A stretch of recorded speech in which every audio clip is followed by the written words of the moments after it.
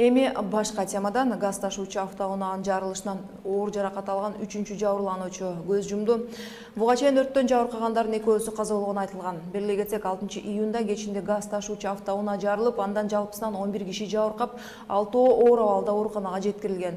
Ал арада парламенттеги айрым депутаттар карапайым адамдар жабыр тарткан жарылуудан кийин Бишкектеги жана анын чет жакасындагы май куюучу жайлардын ишмердүүлүгүн текшерүү демилгесин көтөрдү.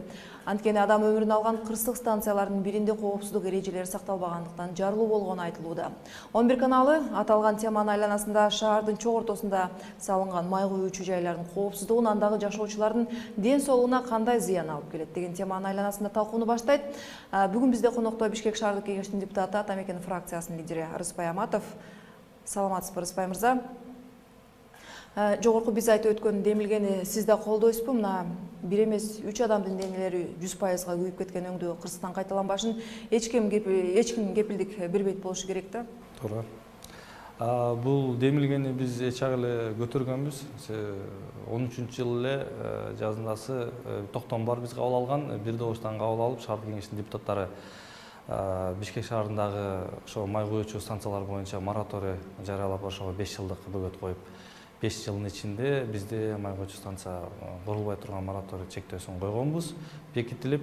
Андан сырткары бизде көп иш-чаралар жүрүп жатат. Өзүңүздөр билгендей, түштүк магистралында бир ошол май куюучу унаа станциясындагы биз жылдырганга жетише алдык. Андан сырткары азыркы кезекте дагы 3 ошо май куюучу станция биздин борбордуу көчөлөрүндө тыгыз биздин көп батирлүү үйлөргө жакын байланышканына байланыштуу биз аларды дагы жылдырганга аракеттебиз азыр.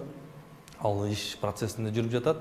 Андан сырткары акыркы маалыматтарга карасаңыздар, ушул окуяга чейин эле бир 2 жума мурда биздин ошо экотех инспекция шаардык кызматы текшерип, бизде бир топ 6га жакын ошондой станциялардын өзүнүн абалына жооп бербейт деп ошону таянак менен чыгарып, ошолорду жапканга үлгүргөндө, бул дагы баягы кокусунан болбой эле турат. Себеби бизде ар дайым ушул маселе шаардык кеңеште дагы жана ошондой мэрияда көтөрүлүп турат. Биздин шаардын негизинен борбордун ичинде май куюучу ошо станциялар жана газ куюучу станциялар негизинен башаламан жайгашылып калган. Рыспай мырза, сизге деле белгилүү болсо керек, буга чейин каладагы май куюучу жайлардын кез-келди жерге салынышы, алардын курулушуна карата шаардыктар деле нааразылыгын айтышкан.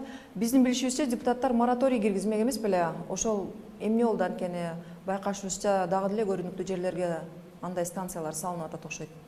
Жок, биздин билишибизче, менин маалыматымча, бизде Бишкекте ошо мораторий кирген убактан баштап эч кандай уруксат берилген эмес, берилген жок. Муну мен тактап айта алам.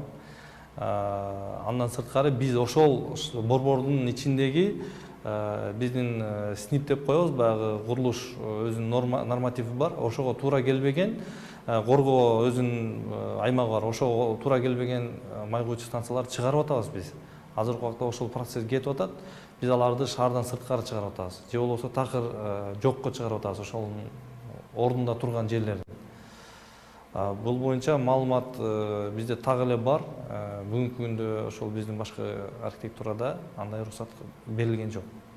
Эртеңки күнү мисалы дагы бир көп кабаттуу үйдүн жанында станцияда өрт чыкса, ким жоопкерчиликти алат? 13-жылдан бери мен так айта алам. Ошол көзөмөлдө туруктуу комиссиянын мүчөсү карата ошол жерде мүчө катары айтам. Бизде 13 жылдан бери бир дагы Бишкек шаарынын ичинде жаңы станция берилген жок ишке.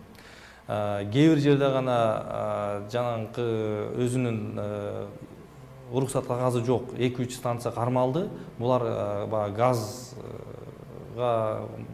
мындай неме көп болот атпайбы, талапчы газга өткөн машиналер көп болгон үчүн алар баягы шылуундар ошондой станция ачып отурумдук ошолор кармалып атат. Капиталдык түрдө станция ачылган жери жок. Бирок биздин шаардын ичинде айта кетчү нерсе, сиз туура айттыңыз. Ошол көп кабаттуу батирлердин жанында, же болбосо жөн эле үйлөрдүн жанында жашоочулар кооптонуу алып келген бизде заправкалар, ошондой станциялар көп май куюучу. Бул биздин өткөн убактагы өтүп кеткен башаламан убакытта ошол 2090 жылдары берилип калган уруксат кагазы менен 50 метрде сактабай берилип калган станциялар бар. Бир топ, ал 10дан ашык, биз анын тизмеси бизде бар. ошонун үчөөсүн биз чыгарганга аракет кылып атабыз азыр.